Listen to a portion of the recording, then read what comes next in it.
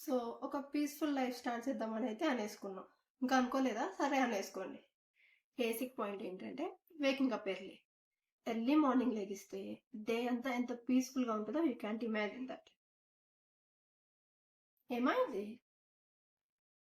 ఏమైందేంటి? నువ్వు పొద్దునే లేవమని చెప్పావు, నేను చూసి 4ంటికి లేసా, తల పట్టేసింది. పులిని చూసి నక్క వాతలు పెట్టుకున్నట్టు నేను 4 o'clock లేవడానికి నాకు 2 years పట్టింది.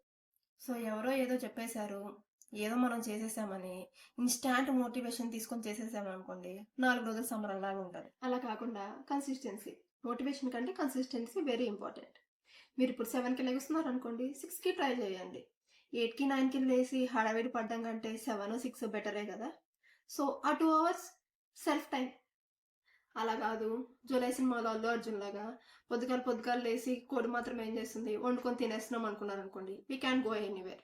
వాళ్ళకున్న లైఫ్ స్టైల్కి, వాళ్ళకున్న బాడీ బిల్డింగ్కి దే విల్ అట్లీస్ట్ 6 o'clock అయినా వాళ్ళు వేకప్ చేస్తారు.